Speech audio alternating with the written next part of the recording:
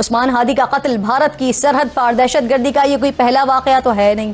आप ये देखिए इसकी जड़ें कहां पे बैठी हैं, वो भारत के अंदर मौजूद हैं, जो मुसलमानों के साथ बर्ताव है, जिस किस्म का पेशाब, जिस किस्म की मुश्किलात वहां पे उन्होंने मुसलमानों के लिए खड़ी की है। देखिए ये सीधी बात है कि इनका जो किलर था, ये हुड पहन के, हुडेड किलर्स जो थे दो, ये पहन के बंगला बॉर्डर क्रॉस करके हिंदुस्तान की तरफ गए। इंडिया ने रिजेक्ट कर दिया है बांग्लादेश की इस असर्शंस को। और सबसे बढ़ के मैं देख रहा था कि जो बांग्लादेश के होम एडवाइजर हैं, उन्होंने कहा है कि जी हादी उस्मान का जो किलर है वो उसकी लोकेशन का हमें नहीं पता, लेकिन वो इंडिया नहीं गया। So there is a lot more which is going on. पहले ये कहा गया कि साहब फैसल मियाँ जो है वो भारत भाग गए, और बड़ी जोर शोर से आपने देखा कितनी हिंसा हुई। एक बेचारा दीपू चंद्र दास भी है, वो बेगुनाह मारा गया उस फ्रेंजी में, उस पागलपन में।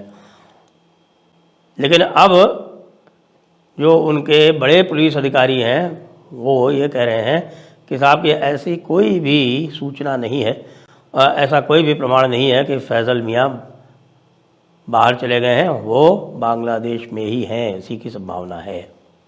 हसीना का बयान आता है, उन्होंने सीधा सीधा यूनुस सरकार को चुनौती दी है कि जो भी अराजकता बांग्लादेश में फैल रही है वो यूनुस सरकार की वजह से फैल रही है। वहां की अंतरिम सरकार ने वहां पर कट्टरपंथियों को खुली छूट दे रखी है, जिसकी वजह से हिंसा फैल रही है। और भारत के साथ जो बांग्लादेश के रिश्ते हैं वो भी इससे यहाँ पर अफेक्ट होते हुए दिख रहे हैं। तो दोस्तों, इन दिनों पाकिस्तानी मीडिया इतने इलॉजिकल भरी बातें कर रहा है, जिसमें एक तो ये कि भारत बांग्लादेश के अंदर की जो भी हिंसा हो रही है, क्योस मचा हुआ है, वह भारत करवा रहा है। और यहाँ तक कि बांग्लादेश के अंदर जो अननोन गनमैनों ने एक बांग्लादेशी रेडिकल यूथ हादी को मारा और फिर उसके बाद एक और बांग्लादेशी युवक के ऊपर गोली मारी, लेकिन वो बच गया, जिस पर पाकिस्तानी मीडिया सीधे सीधे ये कह रहा है कि यह भारत करवा रहा है। डिस्पाइट की खुद बांग्लादेश की मीडिया और बांग्लादेश की मोहम्मद यूनुस है उसके साथ ही वो कह रहे हैं कि इसका इंडिया से कोई डायरेक्ट कनेक्शन नहीं है, लेकिन पाकिस्तानी मीडिया और ऑब्वियसली बांग्लादेश का इस्लामी जमात यह प्रोपेगेंडा करने में लगा हुआ है कि भारत बांग्लादेश के अंदर क्योस और हिंसा फैला रहा है, जो कि ये लॉजिकली किसी भी एंगल से ये जो पाकिस्तानी मीडिया बात कर रहा है वो कहीं फिट नहीं बैठता है। क्योंकि अशांत और क्योस बांग्लादेश से अगर किसी को फायदा है तो वह सिर्फ और सिर्फ पाकिस्तान और मोहम्मद यूनुस को फायदा है, भारत को बिल्कुल नहीं। और इसके प्रूफ भी है कि अभी 1-1.5 साल पहले तक, जब तक शेख हसीना थी, बांग्लादेश शांत था और भारत के साथ उसके अच्छे संबंध थे और दोनों ही देशों के बीच अच्छी खासी व्यापार हो रहा था। लेकिन उसके उलट पाकिस्तान के साथ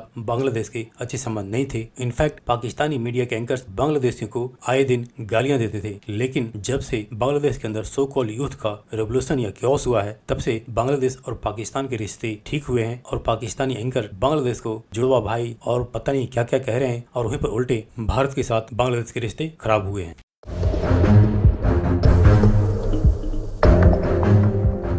बांग्लादेश के दारुल हुकूमत ढाका में एक तालिब इल्म रहनुमा के कत्ल ने मुल्क को हिला कर रख दिया है। प्रो डेमोक्रेसी तहरीक के नुमाया रहनुमा और आइंदा आम इंतखाबात के उम्मीदवार शरीफ उस्मान हादी की नमाज जनाजा हमने देखी कि हज़ारों अफराद उसमें शरीक थे।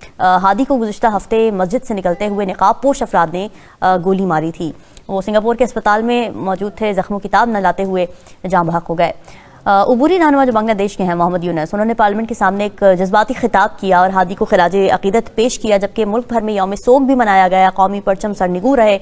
अब हादी जो थे वो भारत के सख्त नाक़िद थे। ऐसे वक्त में जब माजूल वज़ीर आज़म शेख हसीना वाजिद 2024 की अवामी बगावत के बाद भारत में पनाह लिए हुए हैं, तो उनके कत्ल के बाद मुल्क भर में शदीद बेचैनी फैल चुकी है। मुजाहिरीन तशद्दुद की लहर में ढाका में हम ये देख रहे हैं कि अखबारात के दफातर, सकाफती इदारों और साबिक वज़ीर की रिहाइशगाह को नजर आतिश किया गया। फिर भारत नवाज होने के इल्जामात, बढ़ता हुआ एंटी इंडिया जज्बात और एक हिंदू गवर्नमेंट वर्कर की हलाकत ने हालात को मजीद संगीन बना दिया है। और सबसे इंपॉर्टेंट बात यह कि सब कुछ ऐसे वक्त में हो रहा है जब बांग्लादेश अपनी तारीख के अहम तरीन इंतखाबात की तरफ बढ़ रहा है।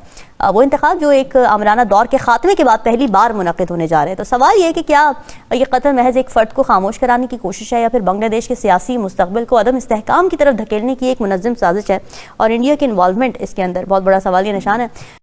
देखिए ये सीधी बात है, ये बच्चे बच्चे को बांग्लादेश में पता है कि इस आदमी उस्मान हादी को किसने मारा था और क्या वजह था जो इसको मारे गया। नंबर 1, जैसे आपने पहले किया, ये तो एंटी इंडिया था। एंटी इंडिया का मकसद ये नहीं चाहता था कि ये इंडिया एक पपेट रिपब्लिक बन जाए, हिंदुस्तान का जो बन गया था हसीना के तहत। और ये आदमी जो था, यह उस्मान हादी, ये मैप्स पब्लिश करता था और ये जो मैप्स होते थे बांग्लादेश के, वो एरियाज इंक्लूड करता था उन मैप्स में जो हिंदुस्तान ने पोस्ट 1947 बांग्लादेश से छीन लिया। कुछ इनक्लेव्स थे जो उन्होंने ले लिया और वो वाकई देवर लेजिटिमेटली बिलोंग टू बांग्लादेश। तो ये जब जैसे हसीना ने सोचा कि अगर मैं मार के इन स्टूडेंट्स को ठीक कर दूंगी, तो इंडिया ने भी सोचा कि इनको, ये जो हसीना को निकाले हैं, इनको मारो, इनको खत्म करो और इनको बताओ कि हम इधर हैं और हम ऐसी चीजें, मैप्स और ऐसी बातें नहीं होने देंगे।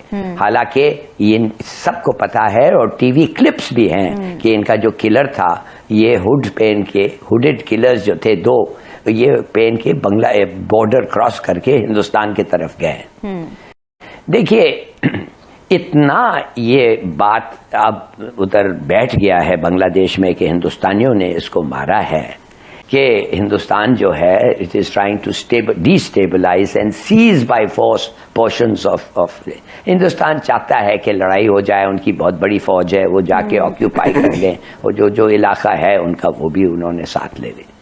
देखिए, बात सीधी सादी ये है कि हमें दो चीजें सोचना चाहिए, हमारा क्या रिएक्शन होना चाहिए और दूसरा व्हाट इज लाइकली, और एंड दूसरा ये जो नई फौज है बांग्लादेश में वो क्या सोचती है। ये पहली चीज ये नई फौज सोचती है कि वी डोंट केयर अगर हमें इकोनॉमिक प्रोग्रेस हुआ कि नहीं, मगर हम इसका परवाह नहीं है, हम अपने ह्यूमन राइट्स के साथ कभी ट्रेड नहीं करेंगे। Freedom of speech, association, politics, non interference, जो भी हो, वी डोंट केयर। हाँ, बेशक हमारे इकोनॉमिक राइट्स ना हो, इतना हमारे इकोनॉमिक राइट्स सफर करें एज अ रिजल्ट, और the freedom that they want to be an independent sovereign state, जो इंडिया इनको परमिट नहीं कर रहा है। रॉ की पेनिट्रेशन इतनी हो गई है कि सब लोग पहले दिन से कहने लगे थे कि ये किलर्स रॉ हैं, और फिर बाद में जब उनके जिधर वो भाग रहे थे वो बात निकली तो सबको पता चल गया कि वाकई दिस इज ट्रू।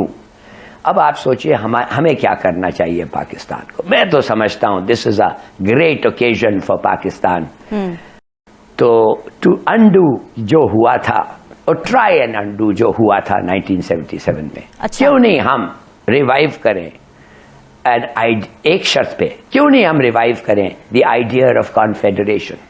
कॉन्फेडरेशन के मतलब two independent states coming together to show the world and themselves that we are interested. Why would Bangladeshi want that? Why would Bangladeshi want that?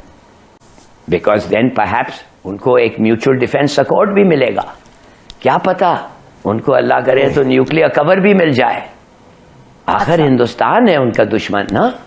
It's one of the possibilities. मैं नहीं कहता हूं ये होगा, but why not? Okay. और हम तैयार हैं, let's do it. ठीक है। What a जबरदस्त comeback it would be